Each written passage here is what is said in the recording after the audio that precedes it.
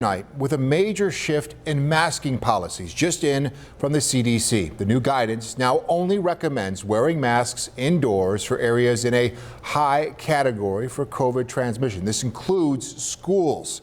The CDC says more than half of U.S. counties fall into the low or medium risk level categories, with nationwide cases falling 43% over the last week. The CDC laying out these recommendations for people living in each risk category. Masks not recommended in low risk areas for people at an increased risk of catching COVID, and living in a medium risk area, it's recommended they talk to their doctor. All Western New York counties fall into the medium or low risk categories.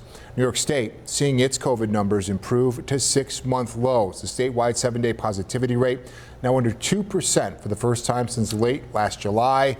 7-day cases down 33% over the last week. Hospitalizations down 25%.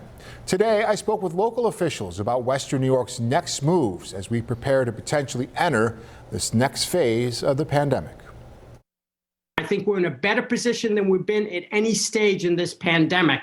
A sense of cautious optimism as the CDC eases masking recommendations for the majority of the country. Dr. Thomas Russo is professor and chief of infectious diseases at the University at Buffalo. Omicron is behaving a little differently than some of the earlier variants.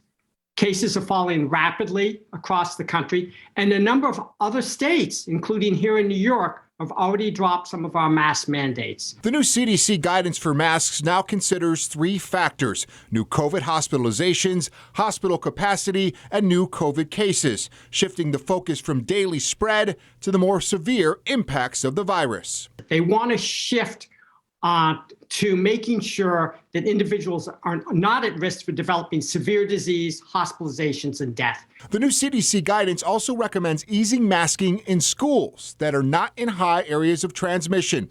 As of today, all counties in Western New York are considered in medium or low transmission. Masks in schools are currently still required in New York State.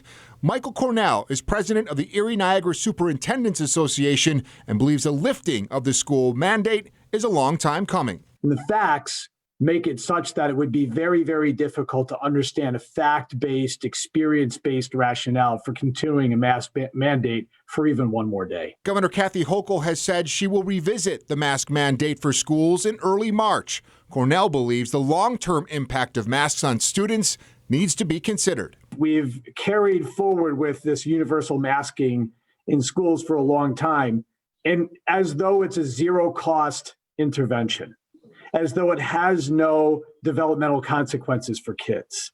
And in the short term, maybe it doesn't have significant developmental consequences for a significant number of kids.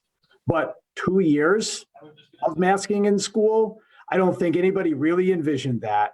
And I think we can't be sure that it's a zero-cost intervention.